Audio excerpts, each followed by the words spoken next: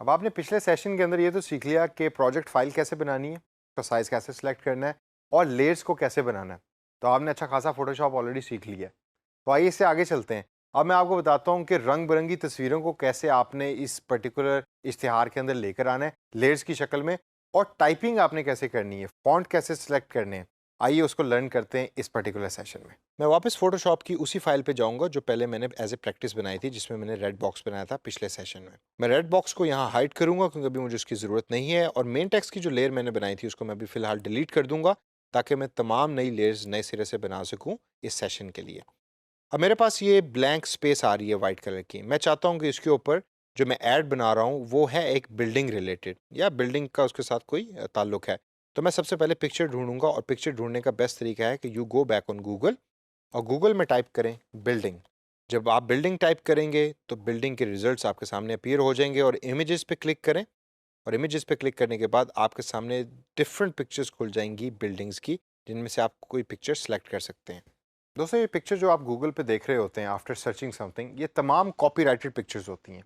यानी कि इन पिक्चर्स को यूज़ करने के लिए आपको प्रॉपर लाइसेंस चाहिए। ये पिक्चर्स किसी आर्टिस्ट ने हो सकता है खींची हों या कोई वेबसाइट के ऊपर लगी हुई हैं, तभी गूगल ये आपको दिखा रहा है आपके सर्च बार के अंदर। अब इन पिक्चर्स को यूज़ करने के लिए या तो आप परमिशन लें उस पर्टिकुलर बंदे से कि जिसने इस पिक्चर को अपलोड किया है। अगर आप वो परमिशन नहीं लेंगे तो कॉपीराइट के इश्यूज़ हो सकते हैं और अनएथिकल है किसी और की खींची हुई पिक्चर को यूज़ करना। आगे चल के एक सेशन में मैं आपको ऐसी वेबसाइट्स भी बताऊँगा कि जहाँ से आप फ्री पिक्चर्स डाउनलोड कर सकते हैं जो कॉपीराइटेड नहीं होती। इन पिक्चर्स में से भी जो आपके सामने अपीयर हो रही हैं बिल्डिंग्स की, आप देख सकते हैं कि क्या किसी पिक्चर के अंदर ये लिखा हुआ है कि ये पिक्चर कॉपीराइटेड नहीं है। आप उस पिक्चर को फिर यूज़ कर सकते हैं, यानी उसके ऊपर कोई भी कॉपीराइट लाइसेंस अप्लाई नहीं होगा। एक लफ्ज़ है वेक्टर। वेक्टर का लफ्ज़ कभी सुना है आपने? डिज़ाइनिंग की ज़बान में वेक्टर अक्सर यूज़ हो रहा होता है। वेक्टर कहते हैं लाइन को। अक्सर जो आजकल एड्स बन रही हैं, उसके अंदर जो नए डिज़ाइन्स हैं, उसमें वेक्टर ग्राफ़िक्स यूज़ हो रहे होते हैं। मुझे पर्सनली भी वेक्टर ग्राफ़िक्स काफ़ी पसंद हैं। उसमें आप डिफ़रेंट तरीके के इमेजेस को ढूँढ सकते हैं, लेकिन वेक्टर ग्राफ़िक्स दिखते कैसे हैं?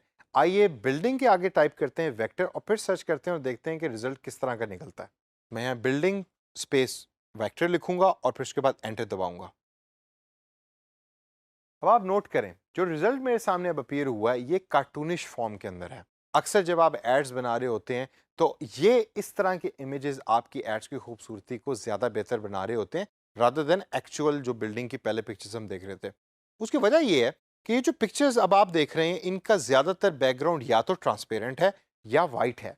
जो पिक्चर्स आप पहले देख रहे थे, उनका बैकग्राउंड डिपेंडिंग ऑन जो करंट उसका सिनेरियो था, उसके मुताबिक सेलेक्ट हुआ हुआ था। तो इस वजह से मैं पर्सनली यूज़ करता हूँ वेक्टर ग्राफिक्स को, लेकिन अगर आप नॉर्मल पिक्चर भी यूज़ करना चाहते हैं, उसमें कोई हर्ज नहीं है। तो मैं इन दी हुई पिक्चर्स में से एक वेक्टर ग्राफिक को यूज़ करूँगा और उसको फोटोशॉप में इंपोर्ट करूँगा। लेकिन उससे पहले एक और टिप जो एक डिज़ाइनर के लिए बड़ी इंपॉर्टेंट है। कोशिश करें कि जब भी आप कोई इमेज डाउनलोड कर रहे हैं तो वो हो पीएनजी फॉर्म के अंदर या डॉट पीएनजी। डिफरेंट फॉर्म्स होती हैं पिक्चर्स की या इमेजेस की इंटरनेट के ऊपर या कंप्यूटर के ऊपर, जिसमें एक जेपैग फॉर्म है, जीआईएफ फॉर्म है। इन तमाम चीज़ों को आप भूल जाइए, अभी कोई सीखने की ज़रूरत नहीं। बस आप ये याद रखें कि जब भी आपने कोई पिक्चर डाउनलोड करनी है तो डॉक्टर यासिर ने बताया कि पीएनजी की फॉर्म के अंदर डाउनलोड करनी है। पीएनजी फॉर्म के अंदर जो पिक्चर्स होती हैं उनका बैकग्राउंड होता है ट्रांसपेरेंट। यानी कि अगर आप वाइट बैकग्राउंड नहीं भी यूज़ कर रहे, रेड बैकग्राउंड यूज़ करें, तो जो पिक्चर आप डाउनलोड करेंगे वो ट्रांसपेरेंट बैकग्राउंड होगी और वो किसी भी बैकग्राउंड कलर पे जो आपने सेलेक्ट किया हुआ है उसके ऊपर अच्छी लगेगी। तो मैं यहाँ टाइप करूँगा बिल्डिंग वेक्टर और आगे लिख दूँगा पीएनजी और देखते हैं कि रिज़ल्ट क्या कोई चेंज होता है। इवन इन पिक्चर्स के बैकग्राउंड आपको व्हाइट नज़र आ रहे हैं, लेकिन जब इन पिक्चर्स को मैं फ़ोटोशॉप पे अप्लाई करूँगा, तो ये बैकग्राउंड ट्रांसपेरेंट के साथ वहाँ अप्लाई होंगी। यानी कि किसी भी बैकग्राउंड कलर के ऊपर ये बिल्कुल ठीक लगेंगी और खूबसूरत लगेंगी। इन तमाम बिल्डिंग की पिक्चर्स को मैं गौर से स्क्रॉल डाउन करके देखूँगा कि कौन-सी बिल्डिंग की पिक्चर मुझे पसंद आई है। फॉर एग्ज़ाम्पल अगर मैं देखूँ तो जिस तरह की ऐड मैं बनाना चाह रहा हूँ, वो लंबाई के अंदर है, यानी कि उसकी हाइट ज़्यादा है, तो मैं प्रेफ़र यही करूँगा कि जो बिल्डिंग की पिक्चर मैं देख रहा हूँ, वो भी उस ऐड के साइज़ के साथ मैच करती हो। फॉर एग्ज़ाम्पल ये एक पिक्चर मुझे नज़र आई है, जिस पे जब मैं क्लिक करूँ तो मैं देखूँ तो ये एक लंबाई में एक बिल्डिंग है। अब आप एक चीज़ नोट कीजिए,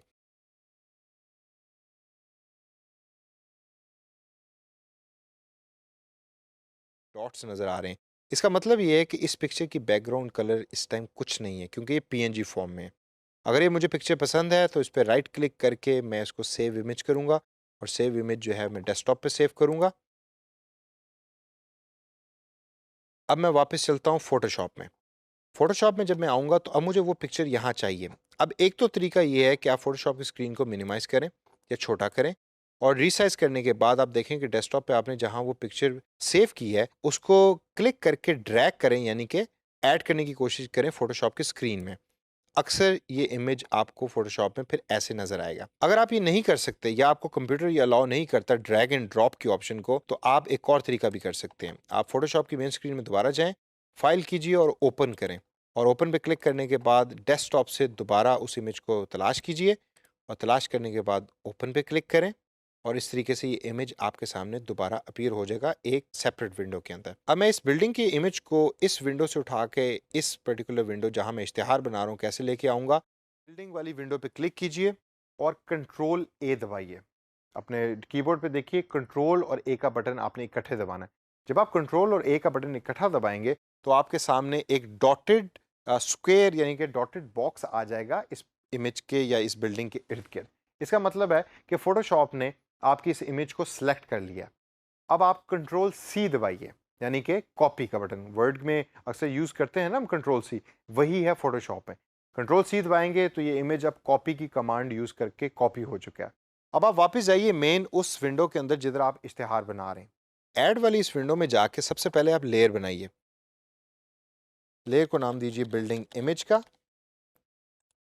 और मेक श्योर करें कि वो लेयर सिलेक्टेड है। उसके बाद कंट्रोल वी दबाइए। कंट्रोल वी से मुराद है पेस्ट।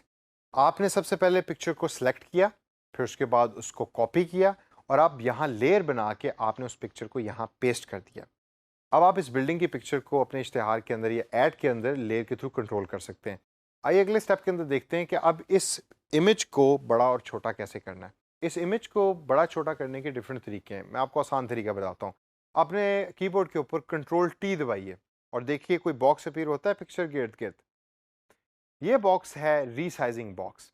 आप इस बॉक्स के डिफरेंट कोनों को देखें, आपको छोटे छोटे छोटे डॉट्स नजर आएंगे। इन डॉट्स से पकड़ के आप पिक्चर को बड़ा या छोटा कर सकते हैं। जब भी आपने पिक्चर को बड़ा या छोटा करना है हमेशा जहन में रखिए, और ये बड़ी इंपॉर्टेंट टिप है, शिफ्ट का बटन दबा के आपने पिक्चर को रीसाइज करना है। उसकी रीज़न ये है कि जब आप शिफ्ट के बटन को दबा के पिक्चर को रीसाइज करते हैं तो वो पिक्चर छोटी और बड़ी एक प्रोपोर्शनल फॉर्म के अंदर हो रही होती है, एक फॉर्म में हो रही है। अदरवाइज अगर आप शिफ्ट का बटन बगैर दबाए करेंगे तो देखते हैं क्या होता है। शिफ्ट का बटन अब नहीं मैंने दबाया हुआ, और मैं एक कोने से पिक्चर को पकड़ के राइट साइड पे ड्रैग करूंगा, यानी कि इसके साइज को बड़ा करूंगा, तो आप देखें कि पिक्चर की शक्ल चेंज हो रही है। इसको मजीद और बड़ा करने की कोशिश करेंगे लेफ्ट साइड से, तो देखें क्या होता है। अभी पिक्चर फैल रही है, अपना एक्चुअली जो इसका एसेंस था यानी कि जो ट्रू फॉर्म थी उसको छोड़ती जा रही है। ये आपने कभी नहीं करना। जब भी आप पिक्चर डाउनलोड करते हैं हमेशा आपने रीसाइजिंग प्रॉपर तरीके से करनी है और शिफ्ट का बटन दबा के करनी है। मैं इससे वापस जाऊंगा, और वापस जाने का तरीका क्या है? अगर मुझसे गलती हो गई है तो how can I rechange it? Press control G on your keyboard. जब आप कंट्रोल जी दबाएंगे तो देखिए क्या होता है। ये एक स्टेप पीछे चली जाएगी पिक्चर। याद है लेफ्ट से पहले भी मैंने उसको ड्रैग करके बड़ा किया था। अब कंट्रोल जी दबाने के बाद ये स्टेप पीछे चली गई है। लेकिन अब मुझे इससे एक स्टेप और पीछे जाना है, क्योंकि मैंने इसको राइट साइड से भी ड्रैग करके इसके साइज को बड़ा किया था। इससे पिछले स्टेप पे जाने से पहले आप टॉप पे देखिए तो आपको एक टिक मार्क नजर आ रहा है। इस पर क्लिक करें ताकि ये बॉक्स जो साइड पे अपीयर हो रहा था रीसाइजिंग का वो खत्म हो जाए। उसके बाद टॉप पे विंडो पे क्लिक कीजिए और देखिए कि हिस्ट्री की ऑप्शन टिक मार्क्ड है। अगर तो यहाँ टिक मार्क नहीं हुआ तो उस पर क्लिक करें और वो टिक मार्क वहाँ अपीयर हो जाएगा। अगर इधर टिक मार्क हुआ हुआ है तो राइट साइड पे देखिए तो आपको हिस्ट्री का एक बॉक्स नज़र आ रहा होगा।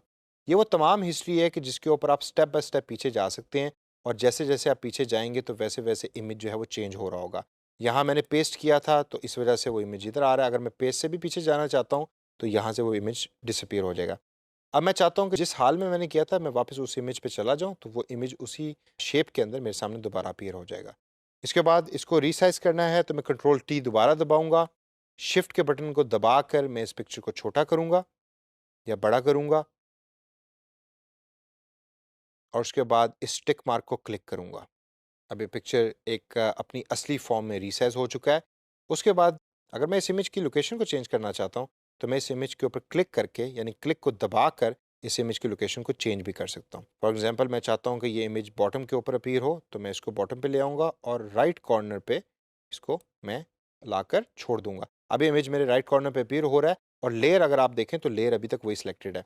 यहाँ एक टिप बड़ी ज़रूरी है और अक्सर आपको ये प्रॉब्लम भी फेस होगी कि आप क्लिक करके इमेज को इधर उधर घुमाने की कोशिश कर रहे हैं या उसको रिसाइज करने की कोशिश कर रहे हैं, लेकिन वो हो नहीं रहा। उसकी सबसे बड़ी वजह ये है कि जब आप नया नया फोटोशॉप यूज़ करना शुरू करते हैं तो अक्सर आप भूल जाते हैं कि आपने लेयर के ऊपर क्लिक नहीं किया हुआ जब आप उस इमेज को हिलाने की कोशिश करें। तो मेक श्योर करें कि लेयर आपकी प्रॉपरली सिलेक्टेड है। अगर आप लेयर सेलेक्ट नहीं करेंगे तो कभी भी आप इमेज को ना चेंज कर सकते हैं ना मूव कर सकते हैं। तो जब लेयर सिलेक्टेड है तो इमेज मूव होगा, जिस तरह मैंने अभी सारे के सारे स्टेप्स किए। अब मैं इस इमेज का बैकग्राउंड चेंज करना चाहता हूँ, तो उसका सिंपल तरीका ये है कि मैं एक नई लेयर बनाऊंगा और उस लेयर का नाम रखूंगा बैकग्राउंड। और उस लेयर को सिलेक्ट करने के बाद एक बॉक्स क्रिएट करूंगा जो उसी साइज़ का होगा जिस साइज़ की मेरी एडवर्टाइजमेंट का जो वर्किंग एरिया है, जो इस टाइम वाइट अपीयर हो रहा है। उस बॉक्स को बनाने से पहले ऊपर कलर को सिलेक्ट कर लें। तो मैं चाहता हूँ एक बड़ा कलरफुल सा बैकग्राउंड हो, तो मैं ग्रीन कलर को सिलेक्ट करूंगा। सिलेक्ट करने के बाद अब उस साइज़ का मैं एक बॉक्स क्रिएट करूंगा। तो ये बॉक्स क्रिएट करने के बाद अब आप देखेंगे बैकग्राउंड कलर चेंज हो गया, तो वाइट की बजाय अब ये ग्रीन हो चुका है। अब ये बॉक्स आपके सामने जो यहाँ कॉर्नर पे अपीयर हो रहा है, इस पर घबराने की ज़रूरत नहीं है। आप जब किसी और लेयर पे क्लिक करेंगे तो वो बॉक्स डिसअपीयर हो जाएगा।